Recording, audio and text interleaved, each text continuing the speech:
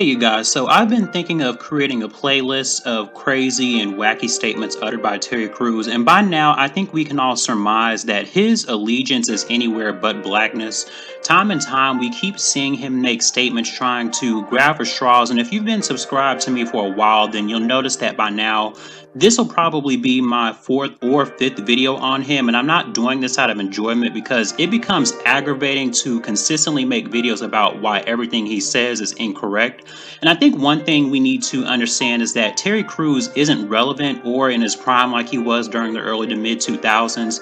And so my own personal belief of his behavior is that he's doing all of this nonsense as a means to maintain some type of attention. I also think we should take note of something else, and if it wasn't already obvious, regarding the people he addressed in these tweets, notice how he always speaks on some preconceived negative action by black people, but he never tries to call out the actions of any other group of people. And thinking about it in retrospect, he would have been perfect to add to the video I made on the brokenness of the Negro, because he represents the type who will sell out his own people to appease and coddle the feelings of the ones responsible for our subjugation.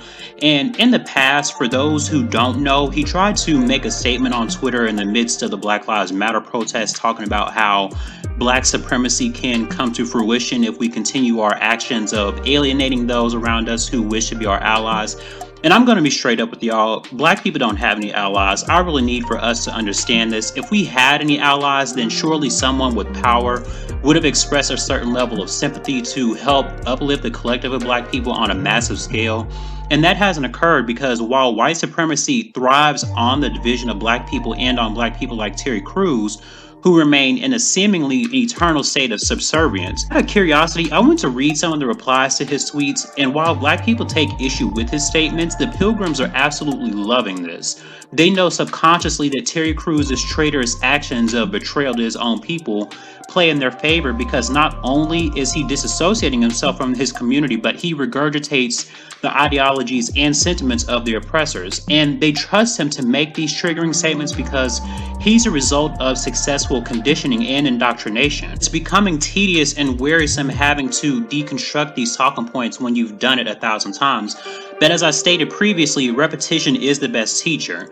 And it's impossible for black people, even the slightest bit, to subjugate or oppress another race of people. We do not have a monopoly anywhere in the industry to do this. And we don't have the power to cause other groups of people to become victims of mass incarceration. We cannot charge higher health insurance premiums on health insurance plans or deny them certain benefits for crucial procedures or surgeries. We don't have the power to cause a significant percentage of people to become subject to unemployment. We can't shut anyone out of the housing market. We cannot subject children and teenagers to the school to prison pipeline or discriminate against anyone due to the implications of standardized testing. So really, when he gets on social media, I have no idea if someone is coaching him to say all of this or if it's all on his own volition. But either way, it's evident that someone needs to take his phone away for good, because no one really asked for his opinion. He just shows up randomly like that old grandma candy during Halloween. Y'all ever see that red piece of candy that old ladies have and you wonder how it got there? Yeah, that's Terry Crews randomly coming out of an old lady's purse. And I'm sorry, but no one asked for it. It is unwarranted. And I saw the interview that he did both with Don Lemon and Roland Martin. It was awkward because if either one of them asked a question about something, his replies were very eccentric. And I say that because in one instance, he started off by answering a question, but would quickly start talking about something unrelated to what the question was. And regarding the title of this video, you guys are probably wondering, well, what does that have to do with anything?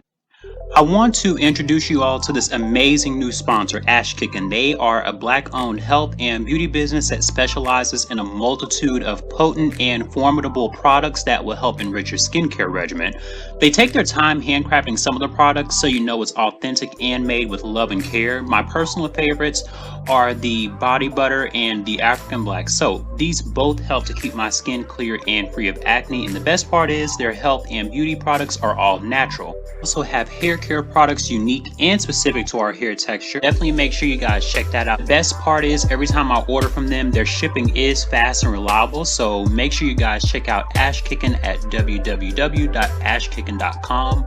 Follow them on Instagram at ash.kickin. Like their page on Facebook. Make sure to follow them on Twitter at officialashkick and use my code ChrisMoore1 at checkout to get discount on your skincare and health products. Ashkickin.com.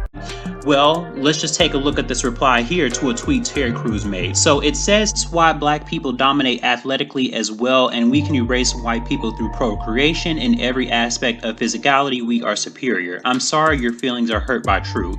And Terry Crews' reply says, "I warned you all, this is unacceptable." I agree with this tweet up to the part where it says procreation. Then I'm kind of like, could break down how this tweet is problematic, but not for the reason Terry replied to it for. See, my problem with Terry's response was that he relegated this tweet to some type of power. First off, dating and mating with another race of people isn't going to do anything, and interracial relationships are not going to wipe out white people. In fact, it's actually the opposite. I'm sure you guys saw Drake's Baby. We also can't forget about how Lonzo Ball's children, who are basically nowhere near black, look. And we also can't forget about Michael Strahan's daughters. I mean, in every sense, what happens is that the black genetics in these relationships are almost erased completely, save for some biracial people with a black phenotype who look black in appearance.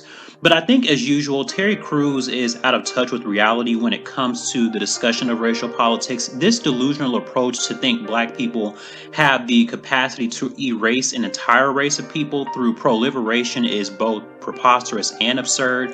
And this is why people not versed in this sector of race should abstain from talking about it, but he's so adamant on making sure he's heard. And trust me, Terry, the Pilgrims hear you loud and clear, and unfortunately so do we. The only difference is that we black people don't want to hear you because you have shown us repeatedly whose side you're on.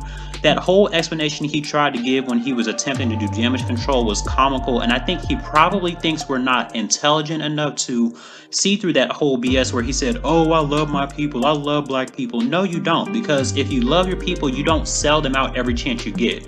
And I'm not sure if he's trying to play devil's advocate, but even if that was the case, why aren't you on the side of people who look like you?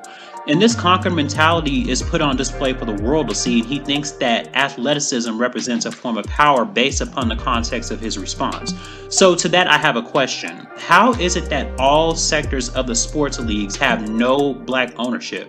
I mean, we make up a significant portion of sports like basketball, football, and baseball, yet we have no proprietorship in any of these respective areas. It would be one thing if we owned a team or one of us was an NFL or NBA commissioner, but because we don't occupy these positions, we still lack the ability to shut someone out of the sports industry. This is what I mean when we say black people cannot oppress, therefore we cannot be racist based on that alone.